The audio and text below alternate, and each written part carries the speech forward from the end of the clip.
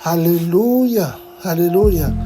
Miaraka antsika rehetra amin'ny anara-maheran'i Jesosy Kristy amin'izao maraina ny 2 aprily 2020 sy 4 arivo izao, ary tonga amin'ny andro 5 tsika amin'ny anina sahaza.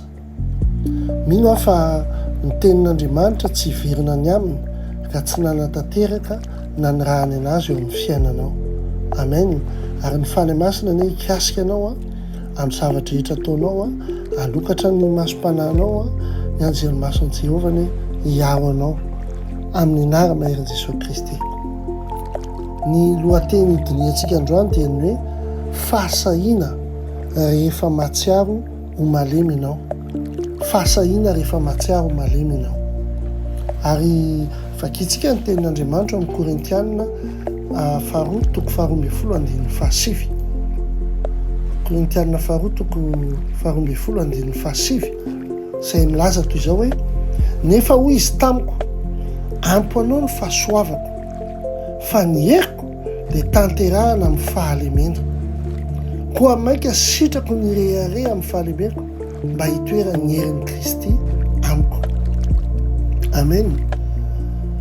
Misy fotoana ny olona anankiray dia maneho ny fahasahiana rehefa mahatsiaro izy reraka na malemy. Io fotoana io dia ny hoe tsy manana safidy afa-tsy mitodika any amin'ny tompo ianao. Ary eo indrindra ny tena hoe miseho amboninahitra ny herin'Andriamanitra. Jereo zao i Paoly dia niandratra mihitsy tsy hanohatra intsony ny fahalemena, fa nataony rehare mihitsy azy zany. Jereo fa tsy hoe tsara ny fahalemena, fa kosa rehefa lany hevitra sy nanao ezaka rehetra ianao amin'ny maha-olombelona anao, dia todika amin'Andriamanitra, dia eo Andriamanitra no maneho ny heriny sy ny voninahiny eo amin'ny fiainanao. Alleloia.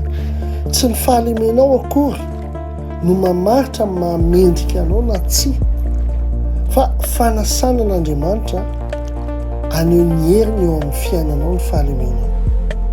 Amen.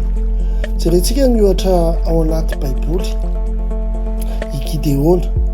Ny hevitra ny tena hoe kely indrindra tao amin'ny fianakaviany i Gideona, avy amin'ny foko malemy indrindra tao Israely, kanefa Andriamanitra ny antso azy hoe mpiady mahery. Nampiasa ny Gideona Andriamanitra mba handresy tafika misy miaramila 135,000 miaramila, nefa ny lehilahy 300 monja, ny rongo trompeta sy fanilo. Alleloia.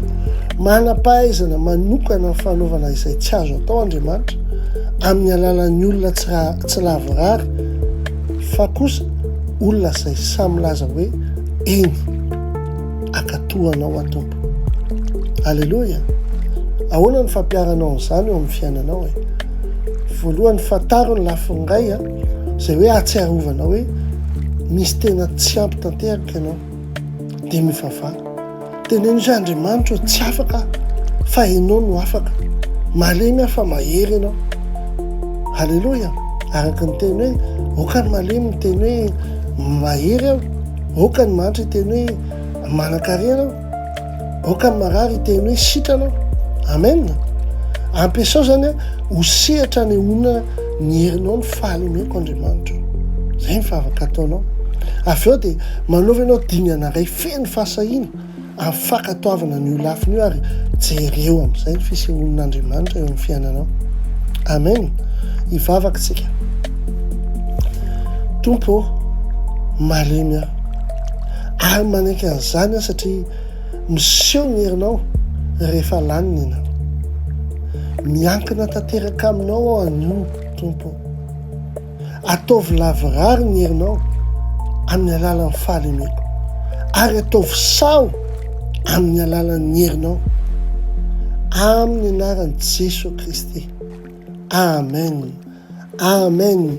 Mino aho fa nakasika anao zany hanina sahaza ho anao zany, ka raha hitanao fa misy namanao na havanao ihany koa izay mila an'izany teny zany, dia manasanao izaran'izany. Andriamanitra ny fiadanana ny ombanao ary eny tokoa fahasoavana sy famindrapo ny anaraka anao amin'ny andro fitrahiananao ary toetra lava ao amin'ny tranon'i Jehovah ianao. Amen. Docteur Rina ihany, ampitiavana be.